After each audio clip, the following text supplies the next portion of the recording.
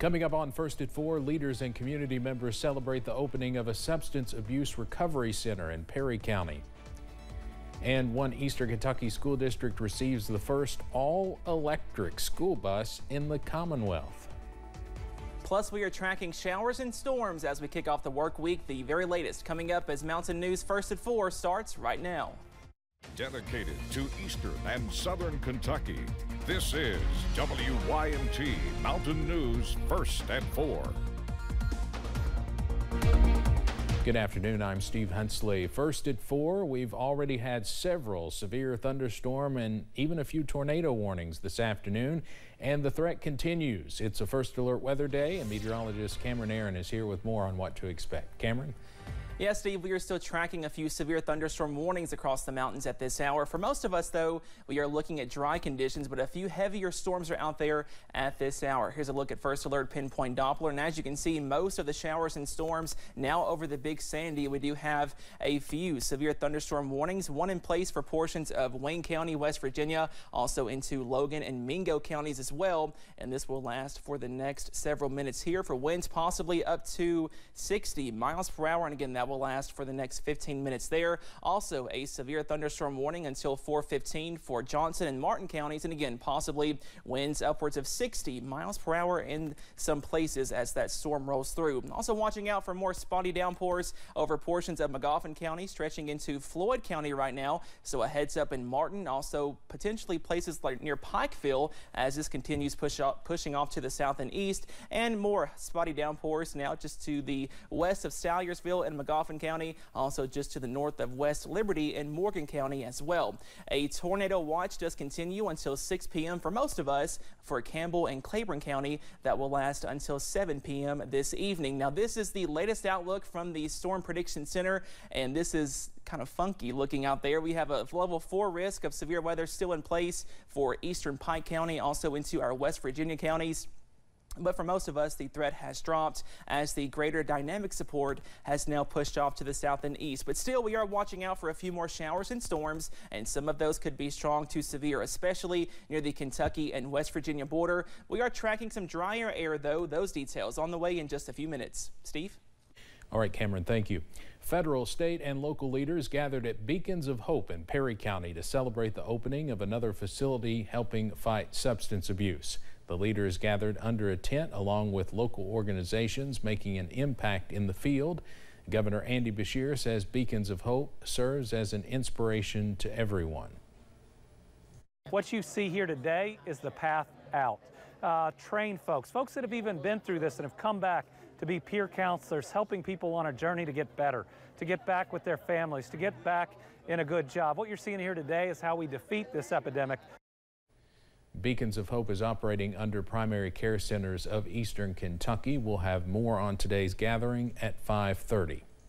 Wolfe County students are starting the new school year with something a little different, an electric school bus.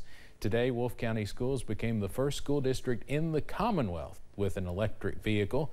This is the first of 4 electric buses they will receive before the end of the fall semester. The Wolfe County School Superintendent says grants they received made getting the buses possible. A little over a year ago, we knew the new grants, federal grants came out for this opportunity. We started working with our partners to get our grant application ready. We knew that this was something we wanted to look at, but after a lot of research, we knew that it was the right fit for our community. Wolfe County Schools now have 31 buses, including their newest electric bus, with 3 more arriving in October. Many school systems in Eastern Kentucky are returning to the classroom this week. With that comes the importance of getting your children back into those routines that they often lose track of during the summer break. Superintendent Brent Hoover in Knott County says sleep is very important for kids to be able to focus when in the classroom. Establish routines with their kids. That is very important, their sleep routines and getting them back into a routine so they'll be prepared on Wednesday morning and feel good and feel refreshed. Hoover also says Knott County will have additional support staff on hand at the front entrance of all schools to help students with any anxiety on the first day of classes and help prepare them to start the school year off right. By the way, we have a list of all the start back days and times on our website, WYMT.com. For the first time, the FDA has approved a pill for women dealing with postpartum depression.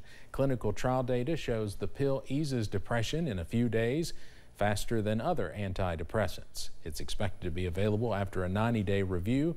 The drug, called zuranolone, is a once-a-day pill that will be branded as Zurzuvae by drug makers Sage Therapeutics and Biogen. Most antidepressants, you don't even really see much of an impact until a month in, and then it takes several months before you see the full effect. This is a medication that's only given for 2 weeks and kicks in within a couple days. The pill is meant to be taken for just 2 weeks, and the companies say many patients start to see improvements quickly. In Kansas City, Missouri, a police pursuit for a stolen vehicle that hit a police car ended with an officer-involved shooting that killed a suspect and left an officer with critical injuries. Mark Palouse has more. This is not a normal thing for this community. Sunday morning around 7:30 a.m., Lenexa police responded to a stolen vehicle call near 95th Street and I-35. Police found the car at a nearby Quick Trip. When law enforcement tried to contact the suspects, the driver of the stolen vehicle drove into a patrol car and then sped off on I-35 North, fleeing police. Someone in a vehicle is a very dangerous thing, right? I mean, you could seriously injure or kill somebody using a vehicle, certainly as a means of escape. Police followed the suspect to the Quick Trip off of Lamar Avenue and I-35 in Mission. There, the suspects got out of the car and ran inside. Law enforcement officers from multiple agencies made a contact team and went inside. Once inside, shots were fired. The result, a Fairway police officer in critical condition. A male suspect named Shannon Wayne Marshall, a 40-year-old from Tennessee, dead. And a female suspect, now identified as 32-year-old Andrea Renee Cothran, also of Tennessee, in custody. It doesn't matter the type of call, the nature of the call. I mean, any time that there's shots fired, it's a very tragic thing. Despite what many people think, we don't put on the badge every day to go out looking to get into that type of an encounter. Now, the Johnson County officer-involved critical incident investigation team is trying to figure out what happened. We wish people would just follow the law. We understand fully the dangers that may lay ahead in this job.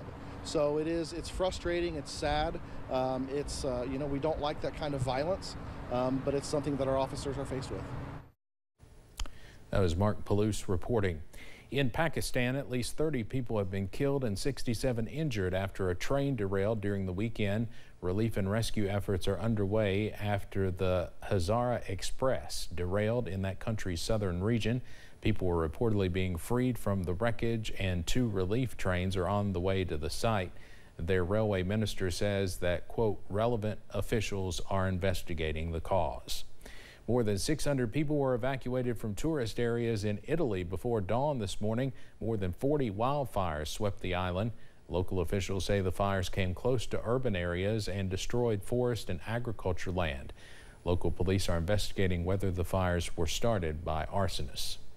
A tribute to the late Irish musician and activist Sinead O'Connor is unveiled on Ireland's Bray Head. That is where her funeral will take place tomorrow. The sign, with hand-cut letters measuring 30 feet tall, is located directly above the recently rediscovered World War II navigational landmark and close to Sinead's former seafront home. One Pennsylvania man was attacked by a bear last week outside his garage. Elisa Hercules has that story. Felt the impact of something hitting me, and it was very quick and loud.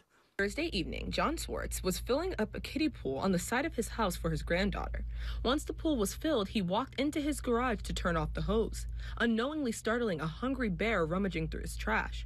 Head hurt, and it knocked me against the wall, and little did we know till we received the video as to what happened outside. I didn't even realize I fell over the bear and continued on the sidewalk holding my head, and of course continued into the house to retrieve a washcloth to get on my head. I knew I had injuries and blood coming down. The startled bear bit John on top of his head as it quickly made its way out of the garage. John ran into his living room to his shocked wife, who quickly called 911 and frantically helped cover his wound.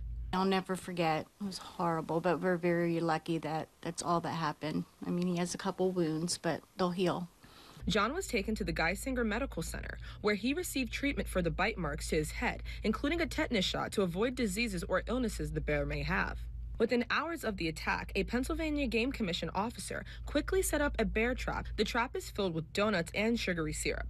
The smell of sweets will attract bears to the trap. John says that despite being attacked, he doesn't necessarily want the bear to be euthanized. Very understandable as why the bear did what it did, and because I surprised it, and it didn't. Surprised you. It had a one way out, and it was through me. The couple also has 2 outdoor cats who didn't attack the bear when it crossed the lawn, but did run to John's defense during the attack. They will still allow their cats to be outdoor cats since they haven't had any issues in the past. Coming up on First at 4, more than just eastern Kentucky is seeing severe weather as we begin the work week. And a first alert weather day continues as we track spotty showers and storms, the very latest after this break.